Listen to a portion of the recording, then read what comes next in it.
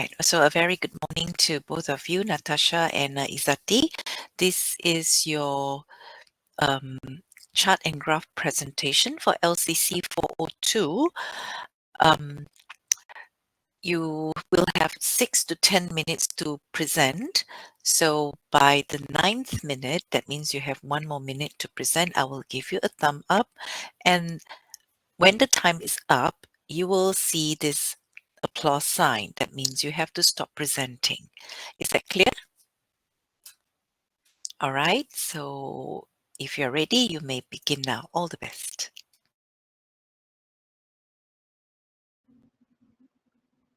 Hi and good morning everyone. Today, me and my partner will present about factor contributing to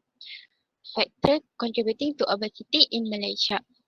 So before we start, let me introduce ourselves. My name is NATASHA HUSNINA binti Muhammad SHABBRI and my partner name is IZZATI ILYANA binti Muhammad RODZI. Now let's move to the introduction.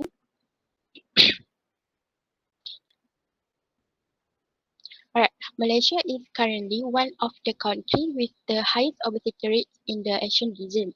According to the National Health and Morbidity Survey in 2019, 19.7% of Malaysians are obese. That's about 15.3% of men and 24.7% of women.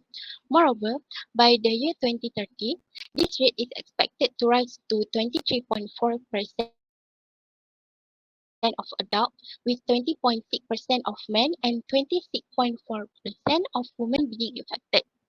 To highlight why this issue matters, I like to share two real cases. On the 8th of July 2019, a child named Farhan, who weighed over 100 kilograms, was referred to a government hospital due to health complications and sadly, he passed away. Meanwhile, in March 2025, another child named Mikhail 14 years old, was reported to weigh 103 kilograms, which negatively affected his daily life.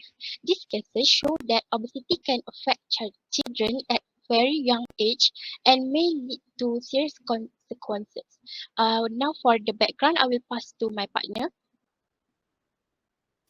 Okay, thank you, Natasha.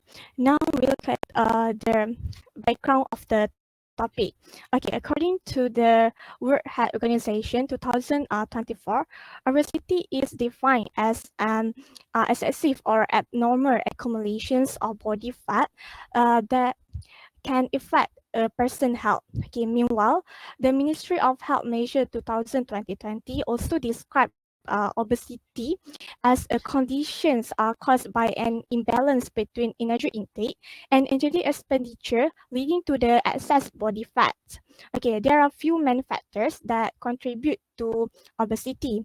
Okay, the first one is unhealthy eating habit, such as consuming too much fast food, sugary drinks, and snack. And the second one is an active lifestyle, where people spend more time sitting or using devices instead of exercising. And the last one is lack of awareness. Many people don't fully understand the importance of balanced nutrition and maintaining a healthy weight. Okay, now moving on to the purpose of this study. Okay, there are three main purpose. Okay, so the first one is to examine the issue of obesity in Malaysia. And the second one is to identify the obesity issue among adults in Malaysia. And the last one is to identify factors of obesity issue among young people in Malaysia. Okay, so now let's move on. Let's move on to the next slide. So I will present about the first graph, okay, which is the vertical bar chart. Okay, so from this chart, I'm going to talk about obesity and overweight in Malaysia. So focusing on both adult and children. Okay, so this chart is taken from the World Obesity Malaysia Country Report Card based on the data morbidity survey, and national health were served by the Institute for Public Health. So this chart compare four groups which are men, women, boys, and girls, and this chart also show their percentage of overweight and obesity. So the percentage of Malaysian adult between age 80 and above, and for the children between age 30 to 70.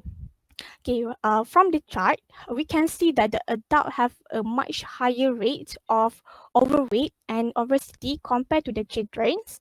Okay, so among adult, women show slightly higher obesity levels than men, and overall about 70% of adult are either overweight or obese. Okay, for the children's, the numbers are lower, around 30%, but still quite worrying. Boys tend to have higher obesity rates compared to girls. Okay, this tells us that unhealthy habits start from a young age and continue as people grow older. Okay, things like eating too much fast food, drinking sugary drinks, and not exercising are now a major factors. Okay, so another reason include unhealthy lifestyle, stress, and sometimes lack of awareness about how serious obesity can be. So now let's move on to the next slide. So I will pass to the next presenter. Thank you, Ilyana. Now I will continue with the second chart. The chart I choose is horizontal bar chart. The title is Obesity Rates and Contributing Factors Among Young Malaysians. Right.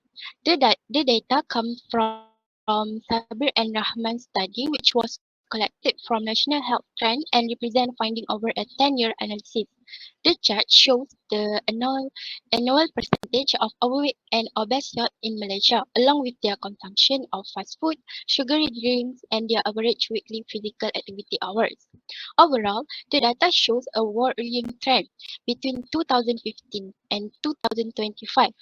The rate of overweight and obese youth keep increasing while level of physical activity keep decreasing. To be specific, the obesity rate among youth increased from 40% in 2015 to 24% in 2025. At the same time, the overweight rate rise from 80% to 26.7%. This means that within 10 years, more than one out of every four young people in Malaysia become overweight. These numbers indicate that obesity among Malaysia youth is mainly caused by unhealthy eating habits such as frequent consumption of fast food and sugary drink and lack of regular exercise. If this trend continues, it could lead to more serious health issues in adulthood, such as heart disease, diabetes, and high blood pressure. Next, we move to the conclusion. Okay. Through our discussion, we realize obesity is a serious and growing health issue in Malaysia that affects both adult and young people. Therefore, all members of society should consistently practice a healthy lifestyle to prevent obesity and promote overall well-being, such as maintaining a balanced diet, increase the physical activity, and being mindful of daily habits that affect health. Indirectly, individuals can reduce the risk of obesity-related disease and contribute to a healthier community. That's all from us. Thank you.